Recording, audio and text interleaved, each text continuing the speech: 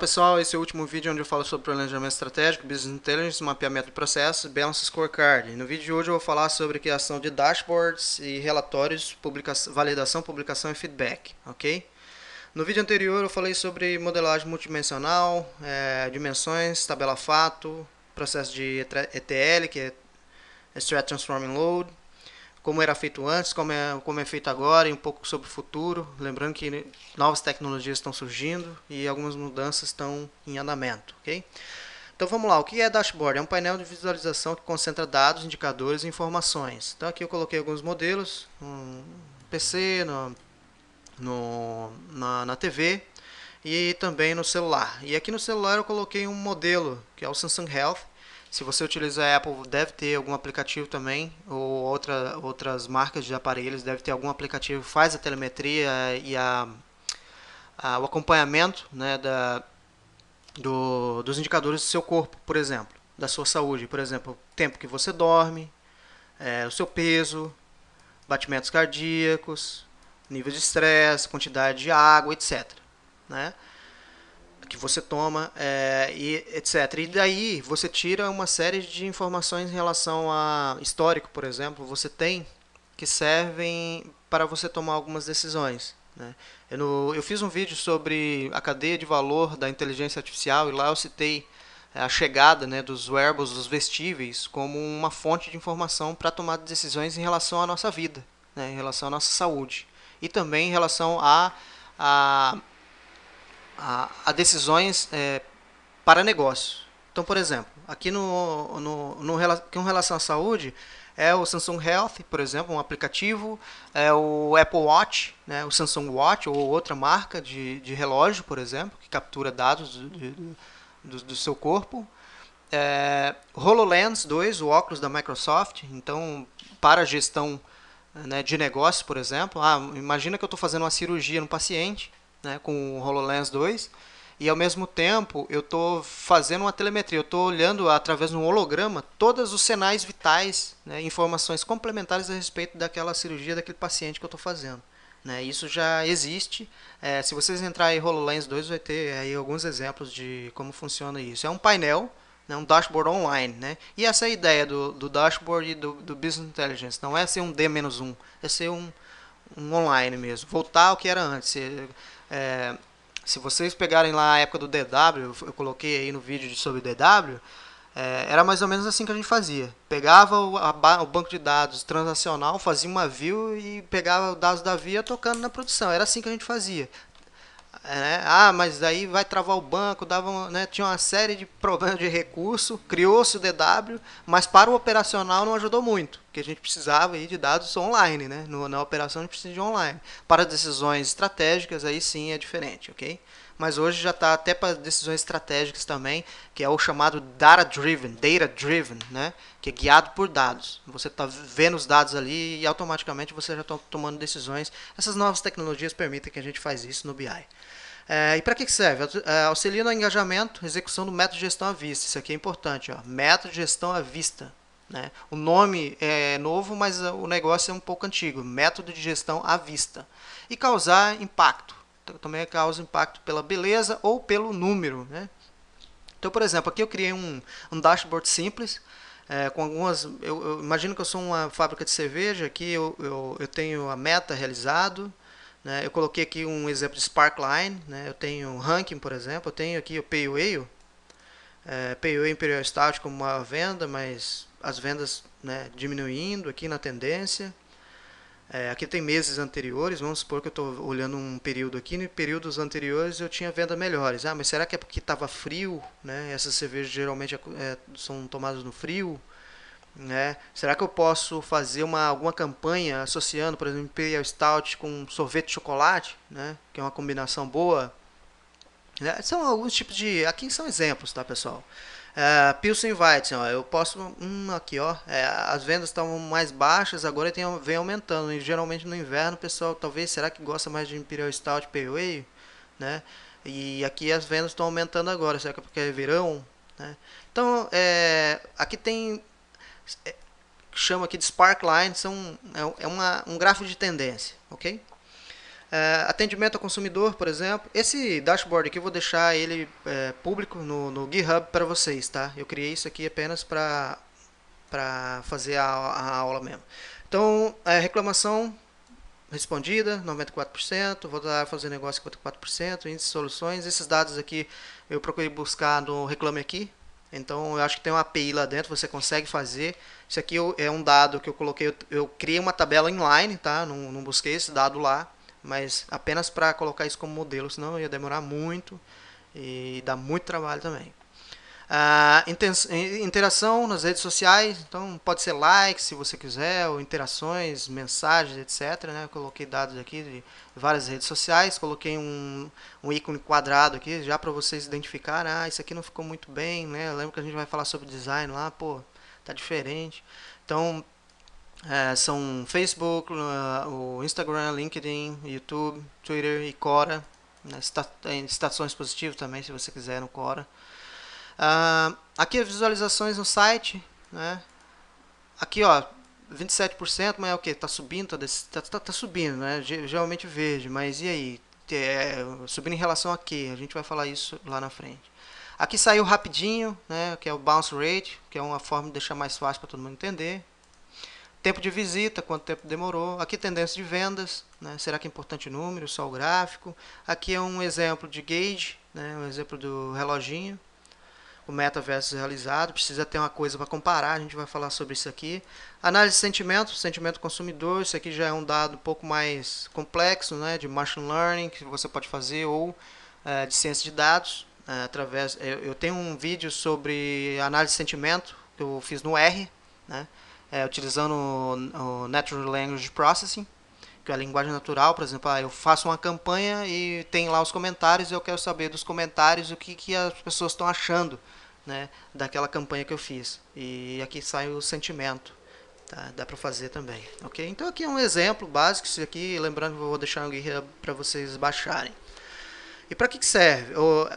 Para que serve? E agora a gente vai ver outra, causar impacto. Aqui a gente vê o método de gestão à vista, né, que é esse aqui que a gente vai poder tomar decisões em relação e causar impacto. Né? Um modelo de causar impacto é o impostômetro. Né? Não são dados reais, isso aqui é uma foto que eu tirei, não é de hoje. Né? Mas você não toma tanta decisão, mas você leva um susto a hora que você... Então isso é um impacto, né? Causa um impacto. Quando eu entro no site, vai ter mais informações, vai ter informações sobre impostos, sobre ranking de retorno à sociedade. Vamos pegar aqui. Não tenho.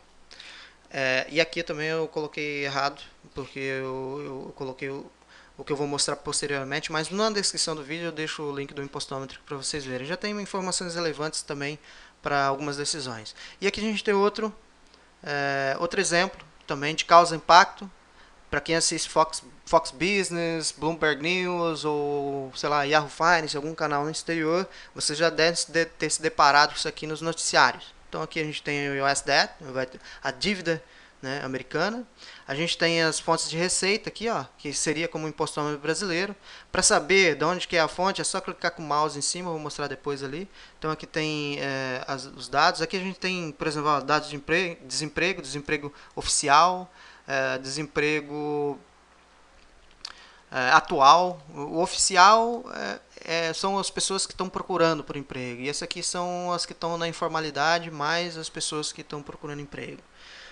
Aqui tem, por exemplo, tem dados sobre os principais gastos, né, do governo, Medicare, Social Security, que é como se fosse um INSS, defesa.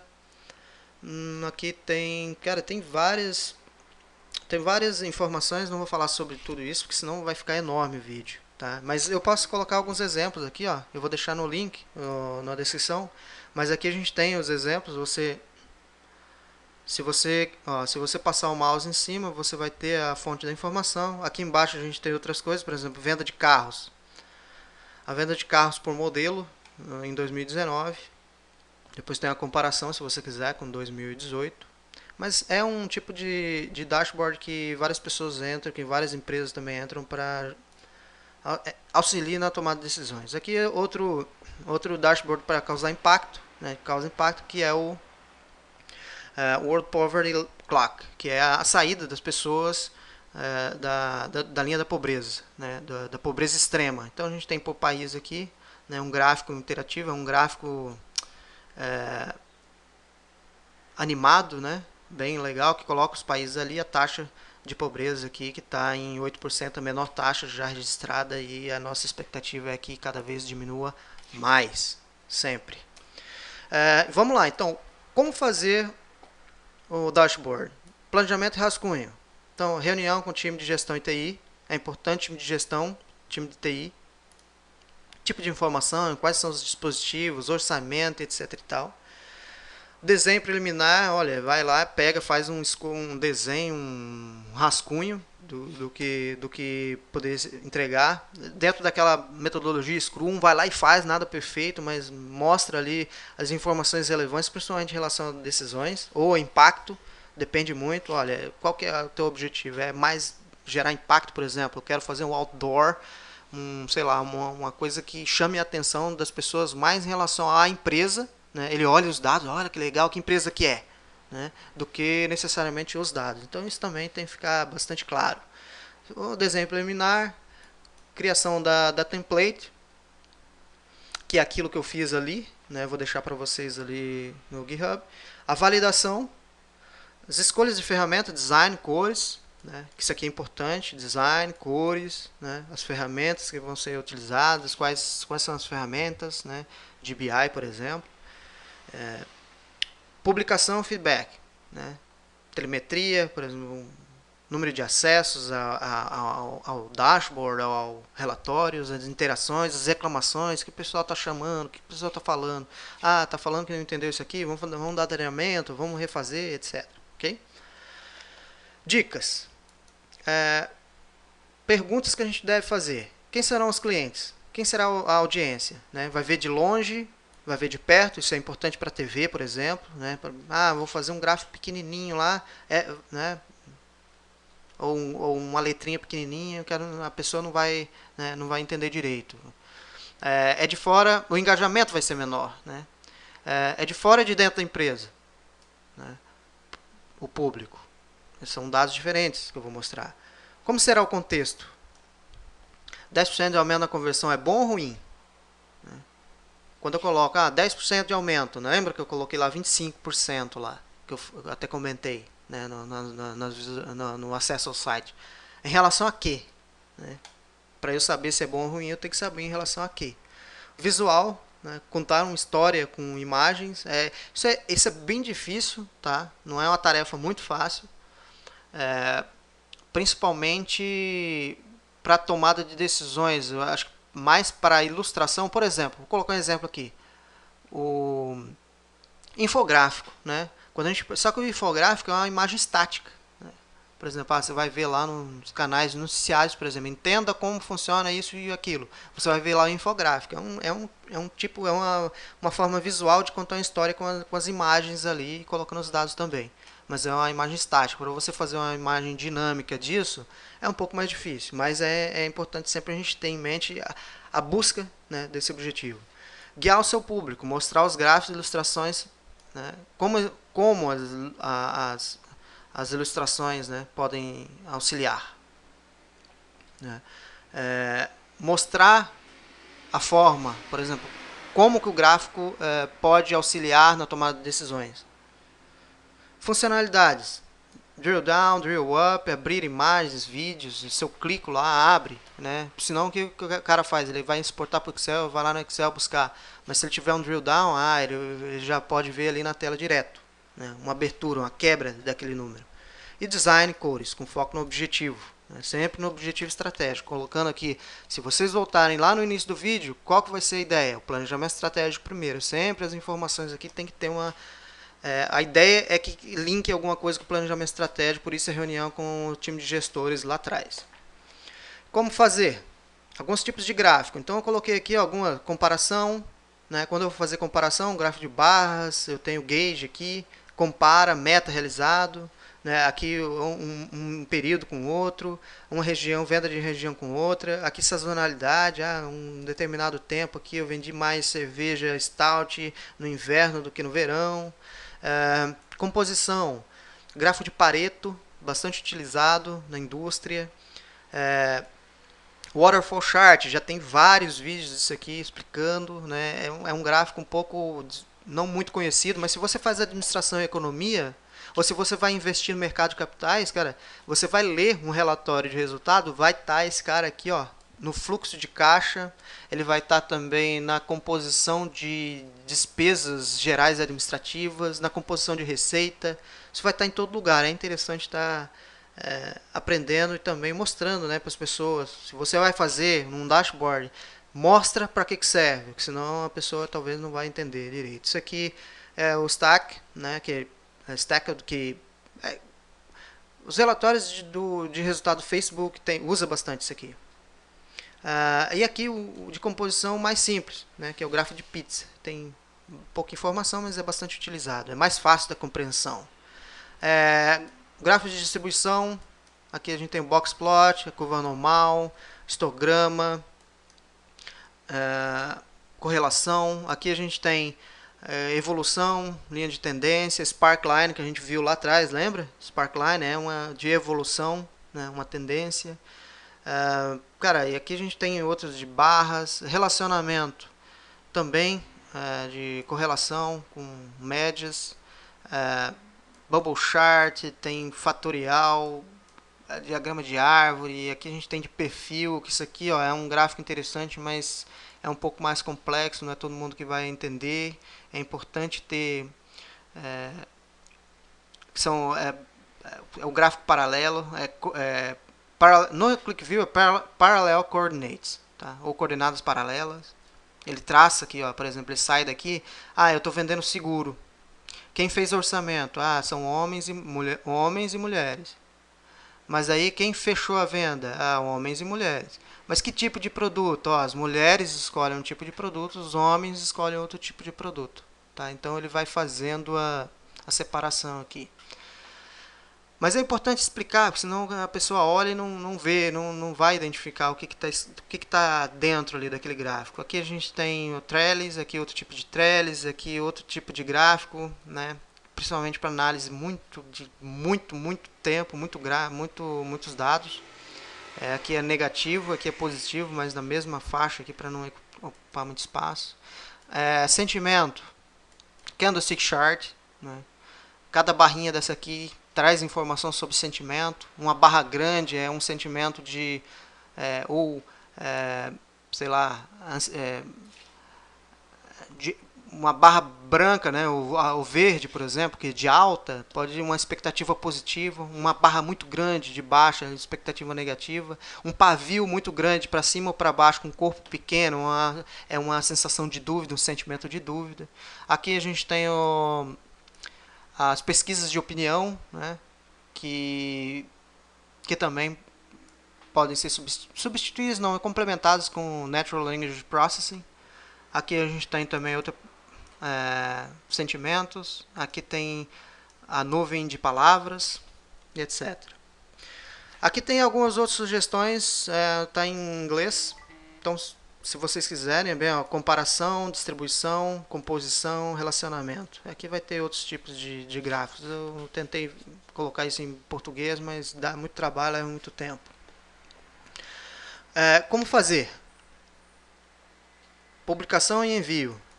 Aí do dashboard e de relatórios. A gente tem os dados. Vem aqui e faz o ETL-DW, né, na nuvem ou em qualquer lugar.